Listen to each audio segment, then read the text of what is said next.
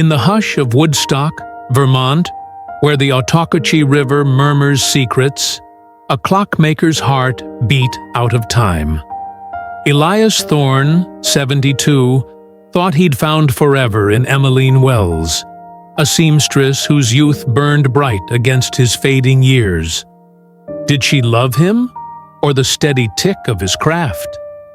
Their marriage, born under the middle-covered bridge, promised harmony.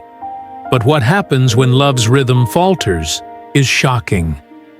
Let's step into their journey, woven with hope and heartbreak, and uncover truths that linger like frost on Vermont's hills.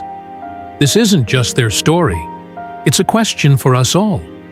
Can love bridge years, or does it rust in silence?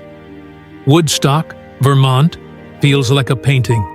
White steeples pierce blue skies, clapboard homes glow under maples, and the village green thrums with life.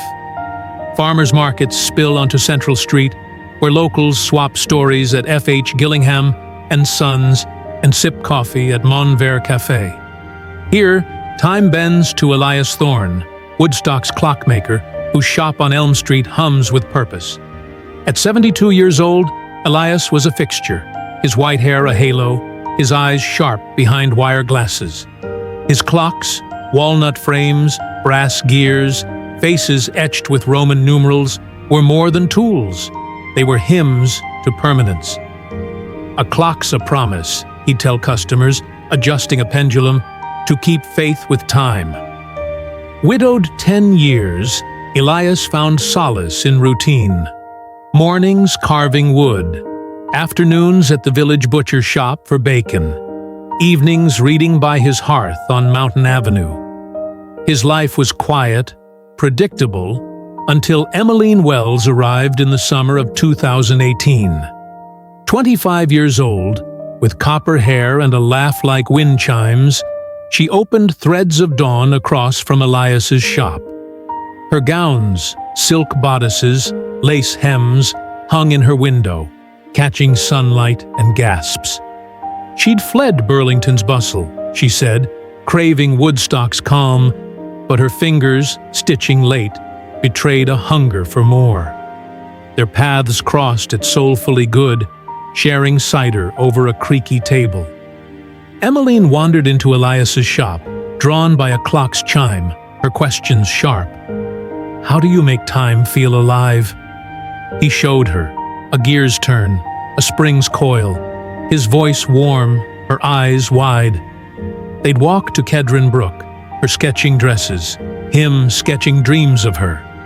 Woodstock watched, an old man buying her flowers at Woodstock Farmers Market, a young woman lingering in his shop past dusk. At Yankee Bookshop, bets were made, love or folly. Elias saw a partner. Emmeline, perhaps, saw safety. Their story began, but already it ticked unevenly, shadowed by the town's curious gaze. In April 2019, Elias and Emmeline wed under the middle-covered bridge, its red beams laced with ivy. She'd sewn her gown, lace cascading like frost, while Elias, in a suit brushed with sawdust, grinned wide. They danced at Lincoln Inn, her laughter bright, his steps careful. Friends toasted at Worthy Kitchen. Others whispered at Norman Williams Public Library. An old man's dream, a young woman's scheme. Woodstock split. Some saw poetry, others predation. Age gap love stirred unease, mirroring fears of imbalance, of hearts misaligned by time. Elias gifted Emmeline a clock, its face painted with nightingales, wings spread, a nod to the fairy tale praising truth over artifice. Our time, he said, setting it above their hearth on Mountain Avenue. She smiled, but her fingers twitched as if the gift tethered her. They settled into a routine. She'd sew mornings, visit him at noon, and share suppers of trout from Kedron Valley Inn. Yet her rhythm faltered. She'd sketch at farmhouse pottery, dresses too bold, sequins, slits for Woodstock's taste. On evenings, she'd pace their porch, eyes on Route 4, chasing a horizon Elias couldn't see. The town's judgment grew. At Simon Pierce, matrons clucked. She's after his savings. At Cold Hollow Cider Mill, young men smirked. He's her fool. Emmeline felt it. Glances at Woodstock Inn stung like needles. She'd snap at friends over wine at Ottauquechee River Brewing. I'm no trophy. Elias noticed her silence, her needle still, her laughter rare, but buried doubt. He'd carve late, hoping she'd join him, but found her at the Prince and the Pauper, chatting with travelers, her voice alive in ways it wasn't at home. One night, in their kitchen, lamplight flickering over Kedron Brook, tension spilled. Emmeline, pushing stew aside. Elias, don't you dream of more? Boston's lights, Montreal's pulse? Elias, pausing, gear in hand. My shop, this town, it's enough. I thought you chose it. Emmeline, sharp. I'm not built for stillness. I sew, I breathe, I need to move. Elias, hurt. I thought you loved me. My clocks, United States. Emmeline, softer. I do, but I'm fading, Elias. I'm not your gear to wind. Her words lingered, a warning. Elias questioned, not her fidelity, but her fit. Was she his nightingale, singing true, or a crafted echo, beautiful, but bound to fade? Emmeline too wrestled. Had she loved him, or the idea of him? Woodstock's gossip tightened the knot, and their marriage, once a waltz, now stumbled, its rhythm fraying under time's weight. October 2020 draped Woodstock in crimson, but Elias and Emmeline's home grew icy. Emmeline's restlessness peaked. She'd vanish to Billings Farm, sketching alone, or linger at Shackleton Thomas, eyeing city-bound wares. A letter arrived, postmarked Burlington, a merchant offering her a boutique on Church Street, a stage for her designs. She hid it in her sewing box, but Elias, tidying her threads one rainy night, found it. The words, freedom, fame, cut deeper than any blade, rain hammering Elm Street like accusation. They clashed in his shop, clocks ticking like a trial. Thunder shook the windows, the nightingale clock's face dim. Elias, voice breaking, letter raised. Is this your truth, Emmeline? Leaving me? Emmeline, tears falling. It's not you. It's me. I'm suffocating, Elias. I need my own light. Elias, angry. I gave you my world, my home, my soul. Was it all a lie? Emmeline, sobbing. Not a lie, a mistake.